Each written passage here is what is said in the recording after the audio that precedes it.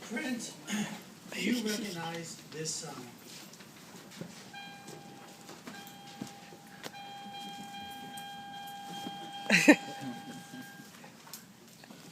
It's a sound that we can find a measure of comfort in, security in, even confidence in. It's a sound that can someday save our lives if we act on hearing it.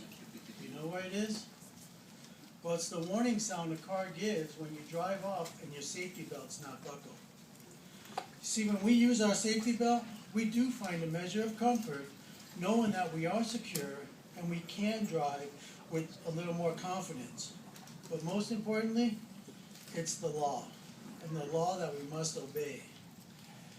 And this law is in place because when a person obeys this law, well, it's been proven time and time again that safety belts save lives. Well, let me ask you this. Does everyone buckle up? Sadly, some have let their hearing become dull to this warning sound and drive off without buckling, being unprotected, putting their lives in risk. Well, does it matter if this driver is an excellent driver? Well, if anyone has talked to anyone who's been in a serious car accident, they would absolutely tell you, not at all. Well, in a similar way, when it comes to listening and obeying God's law, we do find comfort in it. We do find security and confidence in it. But most importantly, when we listen and apply God's law in our lives, it will save our lives.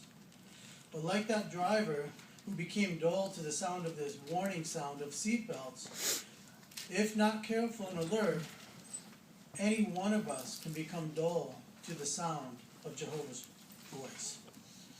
Think about this.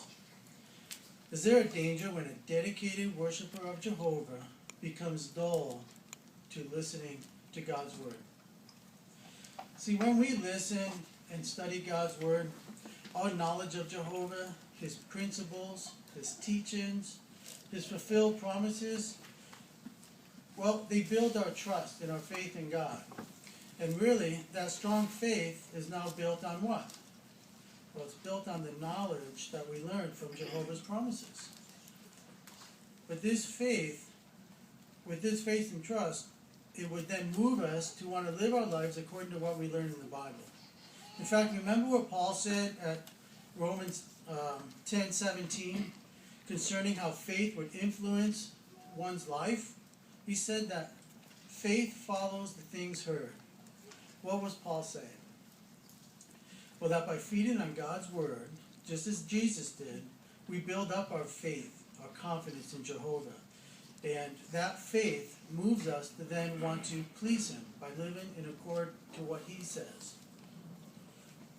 But did you know there was a point in history that this Bible really wasn't available to a lot of people?